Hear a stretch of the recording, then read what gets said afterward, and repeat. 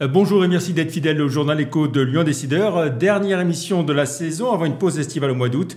Et on s'intéresse aujourd'hui au groupe lyonnais Paredes, spécialiste de l'hygiène professionnelle, qui s'apprête à prendre le contrôle de son principal concurrent Orapi pour créer le leader français du secteur. François Tuller, le PDG de Paredes, c'est notre invité aujourd'hui. Bonjour. Bonjour. Merci d'avoir accepté notre invitation. Un mot peut-être pour commencer sur votre parcours. Avant de rejoindre Paredes, vous êtes passé par de grands groupes comme Renault et Rexel. Où précisément et dans quelle fonction alors ?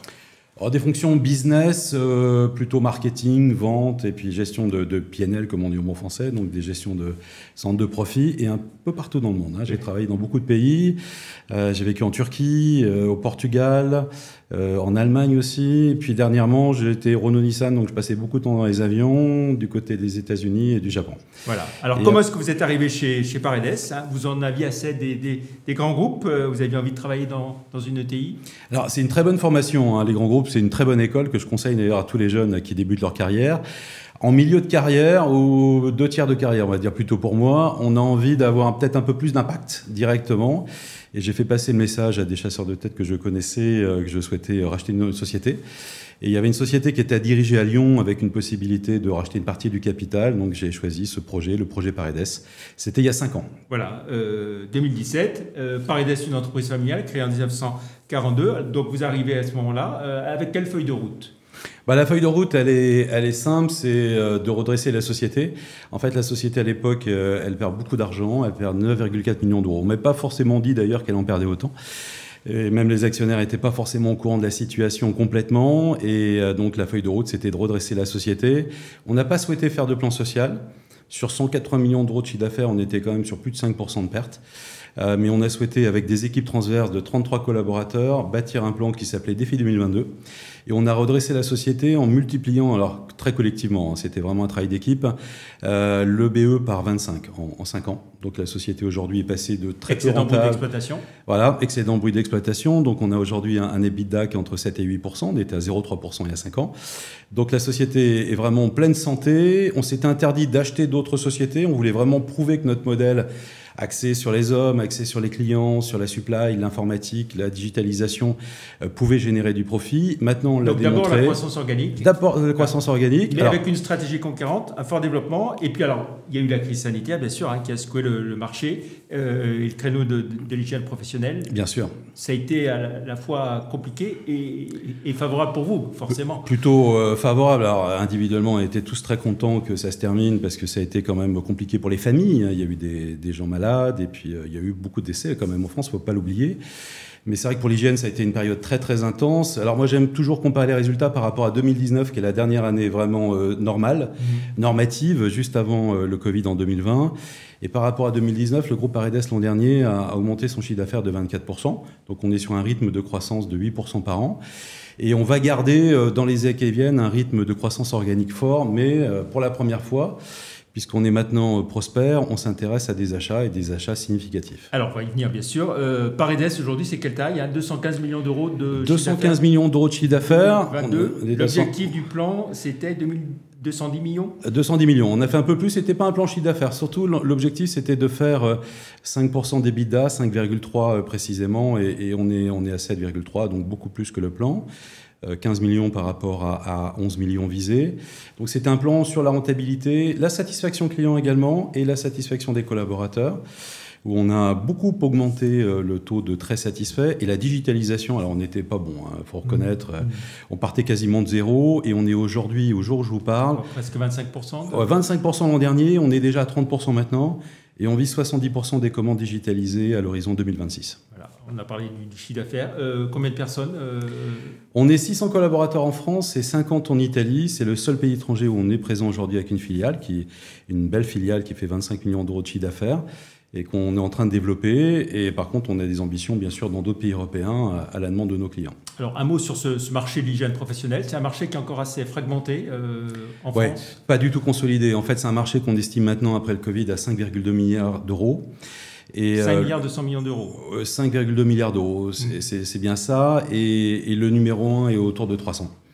Nous, on est numéro 2 à 215 millions. Orapi, sur la partie française, fait à peu près 160 millions d'euros d'hygiène, donc entre numéro 3 et numéro 4. Et après, beaucoup de petits acteurs régionaux, locaux. Donc, c'est un marché qui va se consolider. Les fonds d'investissement sont là, les banques sont là. C'est un marché qui a montré sa résilience pendant la crise du Covid. Donc on pense que ce marché va se consolider fortement en France et en Europe également. Alors vous disiez donc après ce premier plan jusqu'en 2022, objectif à croissance externe, et vous en aviez parlé, à l'objectif 2030, être à autour de 500 millions d'euros de chiffre d'affaires. Oui, alors nous on ne cherche pas la taille pour la taille, mais notre analyse aujourd'hui c'est qu'il va y avoir une consolidation. Donc on préfère être consolidateur que consolidé, si vous voyez ce que je veux dire. Plutôt prédateur que proie, et on pense qu'on a quelque chose à apporter au marché en termes de qualité de service, en termes également de RSE. Peut-être qu'on aura l'occasion d'en parler. Bien sûr. On a été récompensé récemment par EcoVadis Platinum, ça nous place dans le top 1% en termes de politique de RSE. Et on le fait depuis très longtemps, bien avant que ce soit la mode. Hein. Et on pense qu'on peut apporter quelque chose, et de toute façon, nos clients nous le demandent. On a des gros clients industriels, des gros clients de la santé qui vont en Allemagne, qui vont en Scandinavie, ils nous demandent de les accompagner.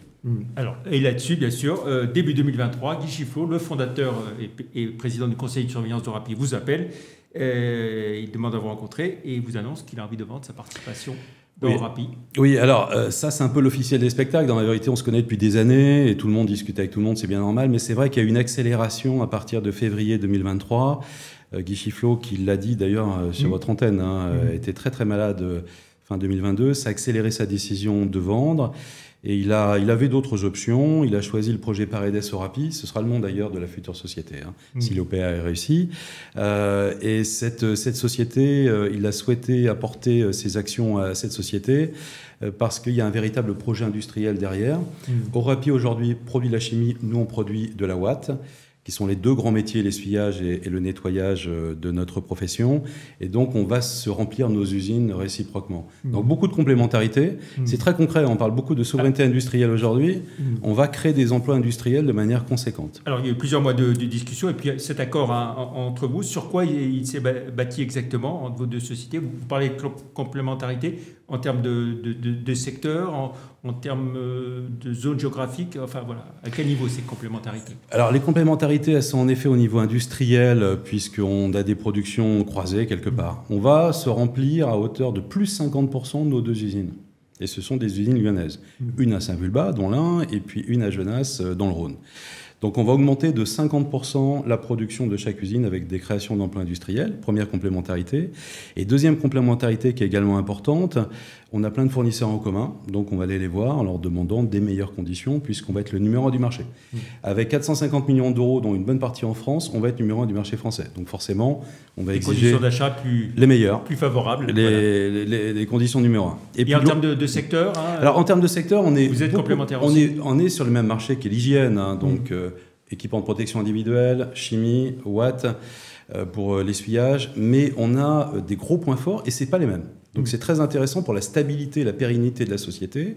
Nous, on est très fort chez Paredes en santé, on est numéro 1 en santé, 2300 EHPAD, les hôpitaux publics, cliniques privées, et puis en agroalimentaire et en pharmacie. Et Orapi est extrêmement fort en collectivité publique, avec notamment un énorme contrat qui s'appelle l'UGAP, qui est une centrale d'achat, et également café, hôtel, restaurant. Et puisqu'ils font de la chimie, ce sont des produits qui sont vraiment très très adaptés. C'est une société qui a 1200 formules de produits chimiques et qui a un véritable savoir-faire pour pénétrer ces marchés-là. Donc on va être plus fort ensemble en fait.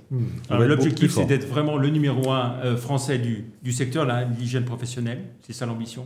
C'est ça l'ambition en France tout de suite. Et d'arriver assez vite, avant 2030, à vos 500 millions d'euros de chiffre d'affaires? Là on sera à 450 à la fin de l'année, donc on aurait en effet 8 ans d'avance par rapport à notre plan. Donc on va devoir le refaire et on ne va pas le refaire tout seul, on va le refaire avec les équipes d'Orapi. Je pense qu'on visait un top 3 européen. Je pense que le véritable enjeu à moyen terme, ça va être la place de leader en Europe. Il y aura un leader en Europe. Il sera peut-être allemand, il sera peut-être anglais, et nous, on voudrait qu'il soit plutôt français. Voilà. Notre projet, avec toutes les équipes d'Orapi et les équipes de Paredes, ça va devenir comment devenir numéro 1. Pas un numéro 1 qui casse les prix, qui gagne des parts de marché en baissant les prix, mais un numéro 1 par la satisfaction client, par la qualité de la politique RSE, par l'engagement des collaborateurs, par la digitalisation. Voilà les axes de travail. Et un numéro 1, vous le dites, en maintenant l'emploi industriel. Alors, oui. Sur les fonctions support, il y aura peut-être des mutualisations, quelques emplois qui vont disparaître. mais pas sur les emplois industriels. Encore que, on va être en croissance. Donc, notre plan, des deux côtés d'ailleurs, vise plus 5% de croissance annuelle.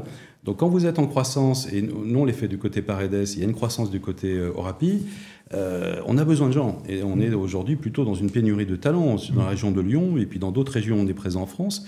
Donc moi, je ne suis pas trop inquiet sur l'emploi. J'ai pris un engagement très fort de maintenir l'emploi français à 1200 collaborateurs. Pour moi, c'est un minimum. C'est un engagement qui est déjà tenu, puisque dans ma tête, on va plutôt créer de l'emploi net, notamment au niveau industriel. Donc ça, c'est un premier engagement. Deuxième engagement, qui est assez dans l'air du temps, c'est rester fiscalement en France. Pour nous, c'est important. On est une boîte familiale. On est français. Je suis fiscalement domicilié en France, ça ne changera pas. Les autres actionnaires du groupe Paredes également. De partir en Suisse. J'ai pas l'intention de partir en Suisse, pourtant c'est pas loin. C'est pour nous une notion de responsabilité. On ne peut pas être les chantres du Made in France et payer ses impôts à l'étranger. Donc on reste en France, les holdings, les actionnaires également. Et troisième engagement qu'on prend, et ça n'a pas toujours été le cas, de la part de certains industriels, s'il y a une crise du Covid ou une autre pandémie qui arrive, on livre en priorité le marché français. Ça, j'ai pris un engagement très fort par rapport au ministère de l'Industrie et par rapport au président de la région Auvergne-Rhône-Alpes. On livrera en priorité le marché français. On en tire les enseignements de ce qui s'est arrivé la fois précédente. Un mot très vite, parce qu'il nous reste très peu de temps, sur les conditions de vente. 5,88 € l'action, ce qui valorise l'ensemble de la société à 78 millions d'euros, c'est ça? Oui, c'est bien ça. Sachant que donc, Guy Chiflot, lui, il apporte 35%, sa participation, plus éventuellement des auras obligations remboursables en actions à hauteur de 11%, donc ça fait 46%. Au total, si les auras sont converties, ça fait en effet 46%, 35 plus 11, on arrondit un tout petit peu les chiffres. Ça fait un bloc significatif. Et puis, nous souhaitons convaincre Cartesia, le fonds luxembourgeois qui est au capital aujourd'hui. Quelle trentaine de pourcents quand même? Une trentaine de pourcents quand même. Pour l'instant, on ne sait pas ce qu'il fait. On discute avec Cartesia. Ce sont des gens qui se présentent comme des investisseurs responsables.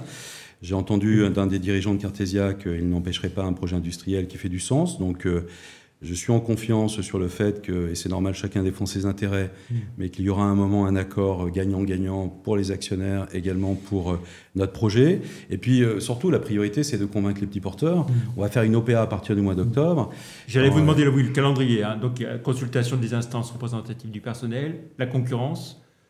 Et c'est qu'après que l'OPA pourra être lancée? Exactement. Donc on est en plein dedans, consultation du personnel, j'ai rencontré le CSE il y a 15 jours, et puis on a également tout un dossier en cours de discussion avec l'autorité de la concurrence. Notre marché est tellement éclaté qu'on a à moins de 10% de part de marché français, donc on pense que ce dossier sera accueilli favorablement. L'OPA à partir de la rentrée, on a un prix qui est quand même plus de 40% au-dessus du cours avant l'annonce, donc on a une plus-value qui est conséquente. Alors, très vite, parce qu'il faut qu'on termine. Vous l'avez évoqué, le nom du groupe, maintien des deux marques? Maintien des deux marques. Le nom du groupe reflètera les deux noms, Paredes, Orapi. Et je le disais, donc on a un prix qui apporte une vraie plus-value par rapport au marché et par rapport à la rentabilité réelle du groupe également. On a fait un audit assez long et on espère en convaincre tout le monde. Un mot sur le marché 2023, premier semestre. Progression, vous faites un peu plus que le marché? Je ne peux pas parler pour Orapi, et Orapi va présenter ses résultats en septembre. Pour Paredes, oui, c'est un très bon premier semestre.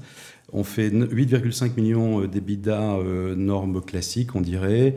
Et normes internationales IFRS 16, pour être comparable avec Orapi, on fait 10 millions d'euros d'EBITDA.